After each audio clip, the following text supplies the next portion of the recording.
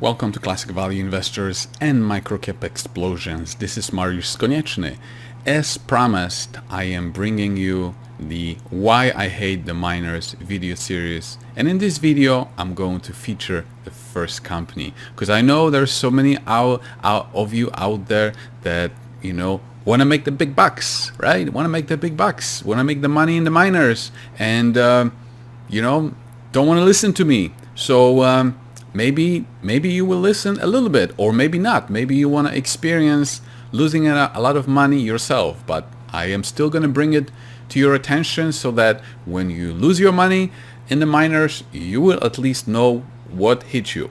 So anyway, in this video, I'm going to feature Yukon Nevada Gold, that also had a name, Varies Gold, and great opportunity it was. In 2010, 2011, lost a lot of money on it. And I can say one thing. If you knew me back then, I can almost guarantee you that you would have invested in this company, because the value potential, the margin of safety, looked absolutely fantastic. Huge upside, great assets, fantastic. Everything was fantastic. So let's just get on with it. I'm now working for Yukon Nevada Gold Corp. It is a gold explorer and producer with its assets principally in the US and in Canada. The company was shut down. It ceased operation. It had considerable problems, and I was asked to have a look at this company in late 2008. And in June 2009, I was asked to come and operate the company and turn it around, because it had been completely shut down. It wasn't producing any gold, it wasn't operating, and it had a range of fairly significant problems. Okay, so this was a company, a gold producer in Nevada. It had an asset in Yukon, that's why it was called Yukon Nevada. The company was shut down, and then a group of Swiss investors came in, bought a bunch of shares, and then they brought him to turn it around. Well, because I looked at the company and I felt that the inherent value in the assets was considerable. It had a share price of 2 cents, it had a market cap of 3 million, and it had an asset, one asset in particular, where the plant in a project called Jarrett Canyon in Nevada, the replacement cost of that plant was $500 million. Okay, so this was the key. When he came in, the market cap was $3 million. And as he said, the key thing to this was this asset, this processing facility, a roaster. And there were only like 3 of these roasters in the area, and you need a roaster to be able to process sulfide ore. And the replacement cost of this was a minimum of $500 million. So think about it. $3 million market cap, the replacement cost $500 million. Most likely the value of it was, more like $1 billion. So far, so good. I like that margin of safety.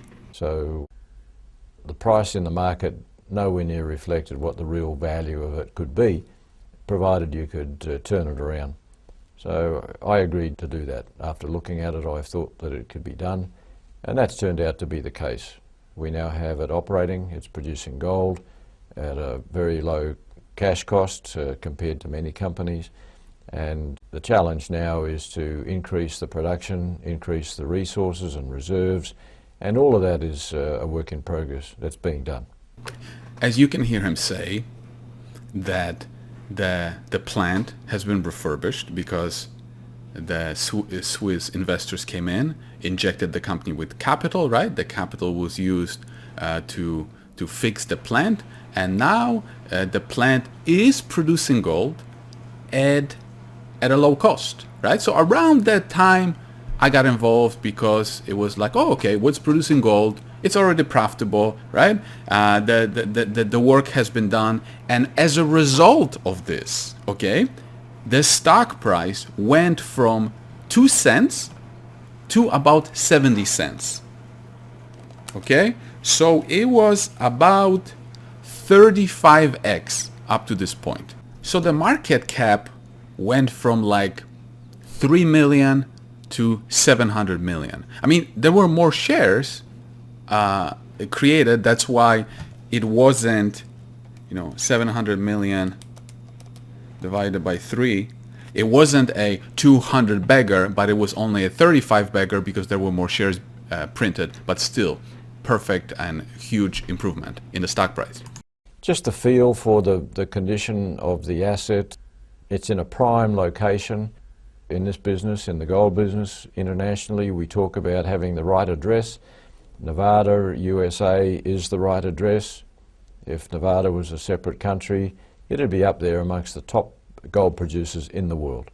We've made an announcement to the market that having started production, once we do some further modifications to the treatment plant, we will produce from the point where we announce that we've reached steady state production. We'll produce 150,000 ounces of gold a year in that first year. So that's a long way from being shut down. And of course, at the same time, it's in full environmental compliance, and we're upgrading the plant. It'll be a better asset, and then we'll be able to increase the production from there. Okay, so far we learned that they are producing gold. They are producing gold profitably.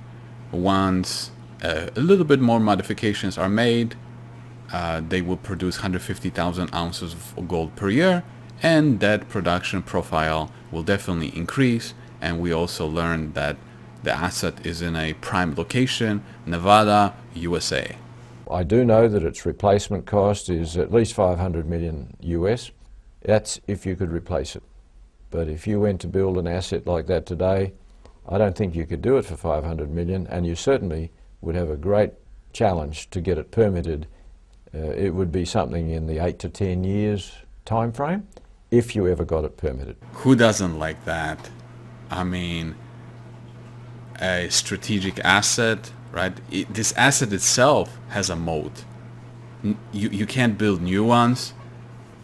There's only 3 in the area. The supply is limited. What a beautiful thing. We have a huge land position around the treatment plant facility. As I said, the facility itself is simply, a 500 million replacement cost, but that's not the only asset. I mean, a treatment facility is no good unless you have ore in the ground. This particular property has about 3 million ounces in all categories in the ground. It has 4 underground mines. A processing facility is no good without ore. And in here you learn that the company has a huge land package, and it has about 3 million ounces of gold in the ground, right? So 3 million ounces for any discovery, it's absolutely huge, right? So, and now in the hands of a producer that already has the plant to process it, those 3 million ounces, they could be worth $200 per ounce. So this alone, you can put and slap a value of 600 million just on the gold in the ground alone. We think that in the next 12 months from when we announce steady state production, which is probably going to be a couple of months from now, we'll produce 150,000 ounces the first year. And we've made no announcement, and I can't comment right now on how much we will increase that, but we will certainly increase it in the following year. One of the ways that the market compares value between companies is they do what's called a peer group comparison. In other words, they go and look at the other companies that are about the same size, in the same location, in the same business, and have about the same sort of assets. And if you compare those companies in that group with ourselves, we are way undervalued. So we should be somewhere around 700 to 800 million right now. Yeah, absolutely. It makes sense, right? You have this roaster, replacement cost 500 million. You have 3 million ounces of gold in the ground. Yeah, absolutely. You can come up with a valuation of 800 million, no problem. And you're not going to argue with his estimate. So at this point, like I said, when the stock price went from 2 cents to 70 cents, like obviously at the point that he's speaking, the stock price didn't reach that 700 million market cap yet, so it must have been somewhere like in the middle, maybe 200 or 300 million, I don't remember. Jarrett Canyon has recently been overhauled. This was a 2.5-year huge effort to spend the sustaining capital in upgrading and overhauling the mill because it hadn't been done for many years. And so the company has recently spent well over $200 million in this 2.5 years, overhauling, replacing, getting into environmental compliance, and doing all the things that are necessary to make this a sustainable facility for the next 20 odd years. As you can see, this is a new video that was recorded a little bit later. So in the first video, what he was talking about is that they refurbished the plant, right? And now by the time this video came around, lots of problems started to appear. In other words, they were producing gold.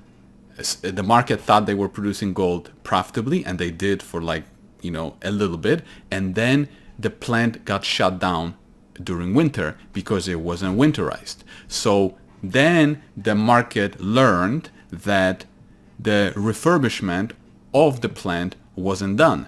But as you know, and so then the stock price started to collapse from 70 cents, and it just got cut in half, a little bit more than in half, and was about 30 cents. So still it had a market cap of about 300 million, and it needed 200 million to winterize it and to finish refurbishing it. And as you know, investors don't like dilution, right? So instead of issuing shares at that point, what they did is they went to Deutsche Bank and they raised 160 million. 40 million was Deutsche Bank putting in for the equity, and 120 million was for the gold forward sale. So keep watching.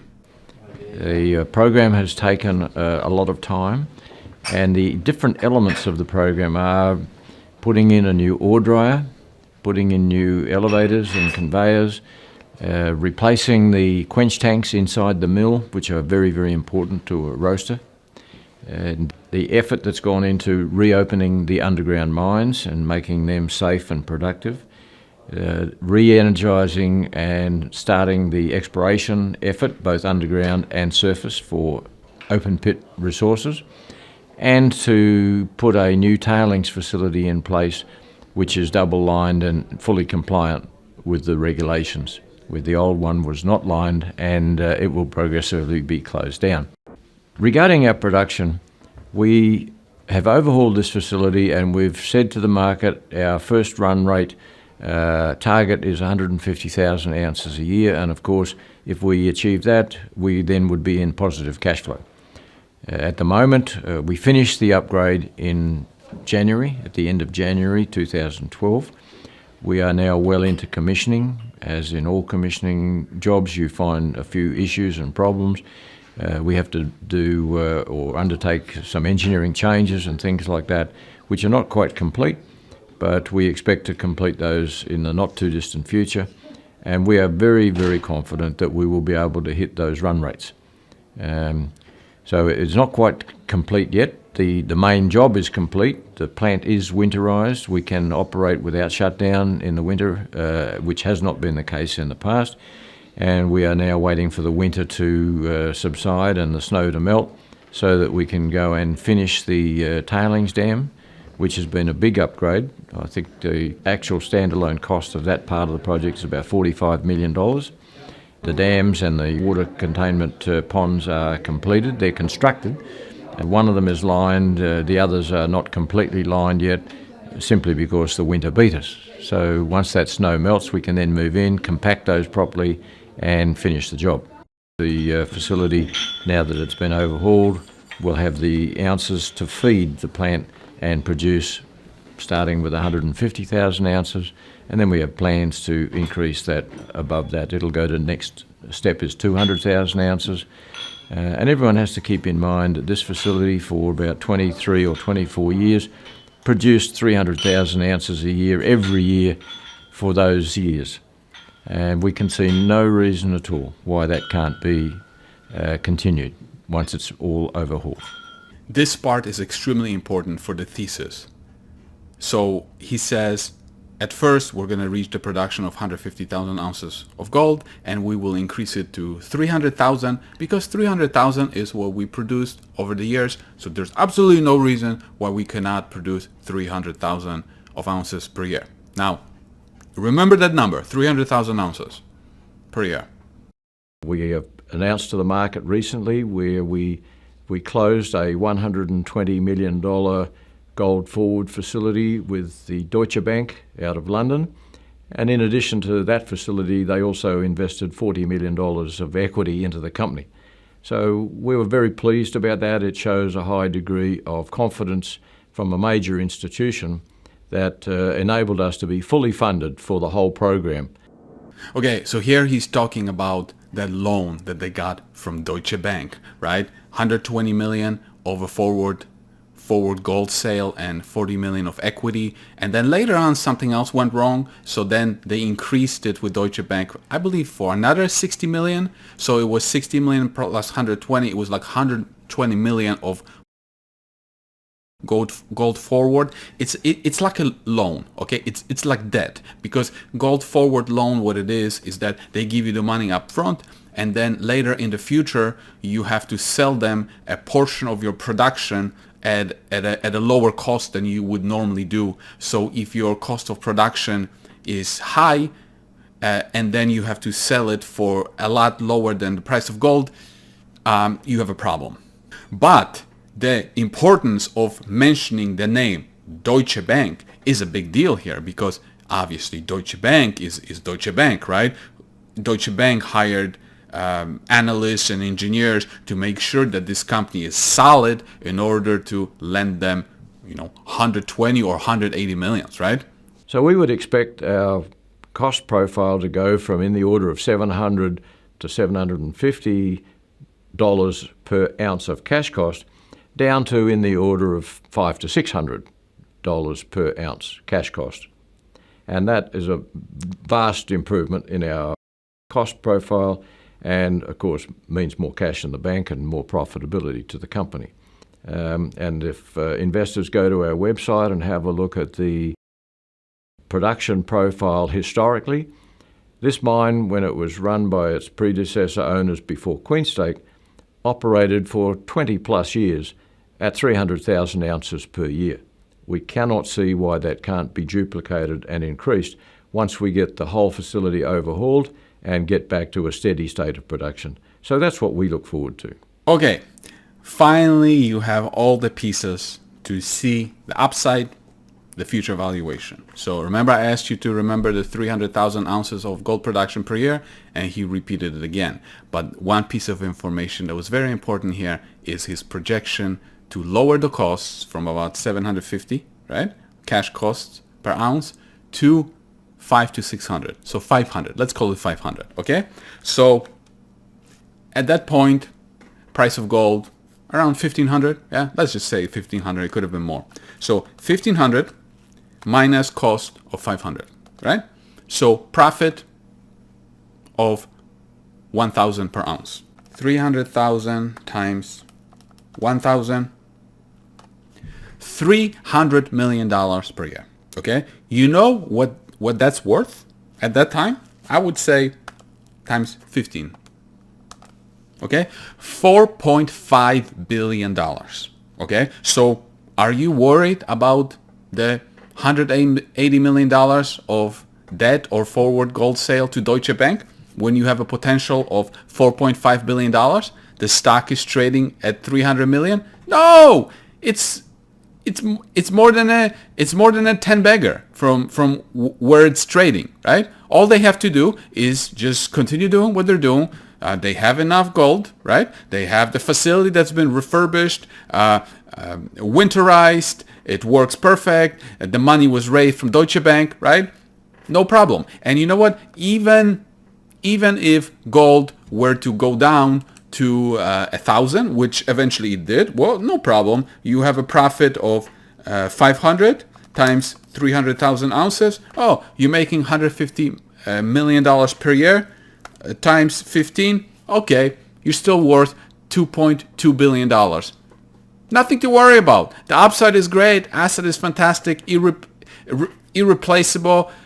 You have a margin of safety because, hey, now this facility has gotten a remodel, right? More than $200 million went into remodeling that thing. So you're like, okay, there's nothing to worry about because, yes, the facility alone now with remodel, for sure it's worth $500 million. So there's a plenty of margin of safety. Now, do you think they reached 300,000 ounces of production per year? Do you think their costs went to 500? Do you think they even went to 900? Okay? They couldn't make a profit. Okay? The costs were over $1,000. Things just kept blowing up and blowing up and blowing up. They kept needing more and more money. And at some point, they literally had to go to Deutsche Bank and they said, hey, Deutsche Bank, can we work on some kind of arrangement because now the forward sale was coming due and they didn't have the production to the level to deliver to Deutsche Bank the ounces that they needed to deliver to repay the loan back, right? And you would think that Deutsche Bank would negotiate. No, the Deutsche Bank didn't want to negotiate. So the Deutsche Bank, instead of negotiating and getting something, the company ended up going to bankruptcy. Okay? I kid you not, to the bankruptcy court. And you're thinking, oh, no big deal. In the bankruptcy court, okay, the assets are going to be sold, Deutsche Bank is going to get paid back, and there's still plenty of money for shareholders. No? Go and tell this to the bankruptcy court. And, on top of it, Eric Spratt from Spratt Asset Management, he was a major shareholder. So people were like, oh, Eric is with us. Eric is not going to let this company go belly up. You know what ended up happening? It went to the bankruptcy court. Nobody wanted to buy the assets. And yes, Eric, the White Knight, he ended up buying this whole company for $10 million. And Deutsche Bank ended up getting completely wiped out. Deutsche Bank got zero. Eric Spratt bought it for $10 million. And all the shareholders of this company got zero. Absolutely nothing. And I guarantee you, if you heard this thesis back then, you would have invested money and you would have lost it all on a great potential, great asset, irreplaceable this, margin of safety. Everything was just, we'll take care of it. And the thing went to zero. Okay? So that's just the first video of a series of why I hate the miners. There's plenty more coming. So I hope you enjoyed this one, and I hope you learned a little bit, and let me know how much more thirst after this first video do you still have for the miners. Thanks for watching. Microcap Explosions, miner free private membership website.